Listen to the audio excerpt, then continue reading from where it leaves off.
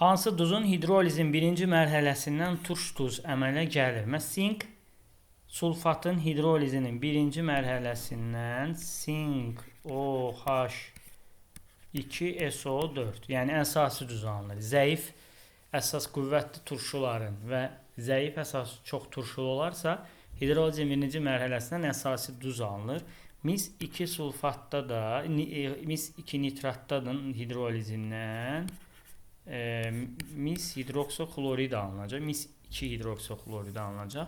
Burada da əsası duzdur. Kalium nitrat hidroliz eləmir, çünki həm kalium həm nitrat qüvvətlidir. Kalsium SO4 iki tərəfi də qüvvətlidir. Yəni duz əmələ gətirən tərəflər qüvvətlidir, hidroliz eləmir.